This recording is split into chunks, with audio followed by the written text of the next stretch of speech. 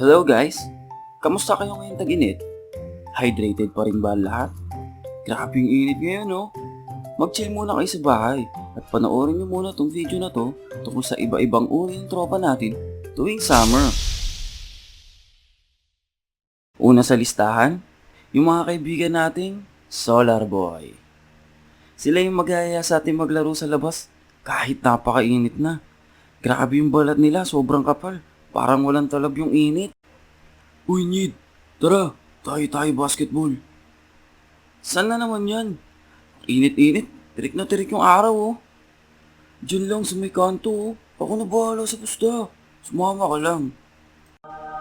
At bilang mabait na kaibigan, sasamahan natin sila sa trip nila. Pero ang twist, yung court na paglalaroan nyo, walang bubong. Hassle no? Pangalawa sa listahan ko, yung mga kaibigan nating alagang Koji. Yung pumuti dahil sa Koji, tas ayaw maarawan sa labas kasi takot mangitim. Yung parang malalapnos yung balat nila pag naarawan. Uy pre, tara merienda tayo sa kanto. May halo-halo daw na masarap dun eh. Ayoko pre, masakit sa balat yung init eh.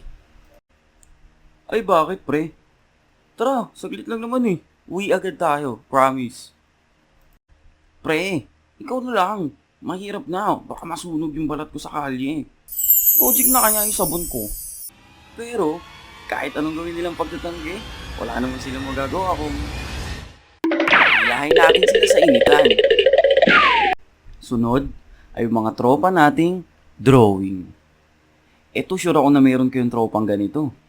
Yung nauna magplano ng outing sabay biglang aayaw sa dulo. Hanggang sa matapos na yung summer, hindi pa rin matutuloy yung swimming. Pre, outing tayo. Sarap lumangoy ngayon oh. Summer na summer pa naman. Ano, G? Oo nga pre. Tara, set mo na yan. Tapos, 1 linggo lang ang lumipas, di mo na makagilap.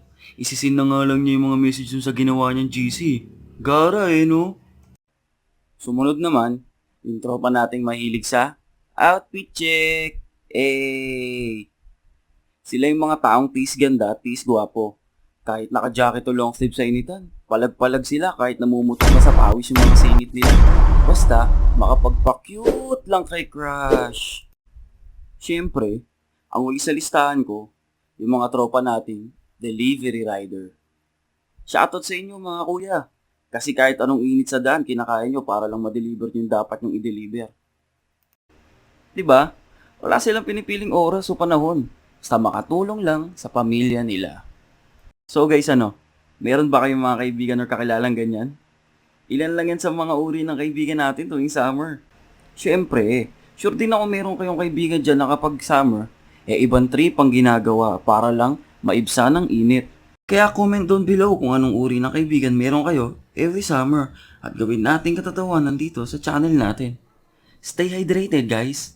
Adios!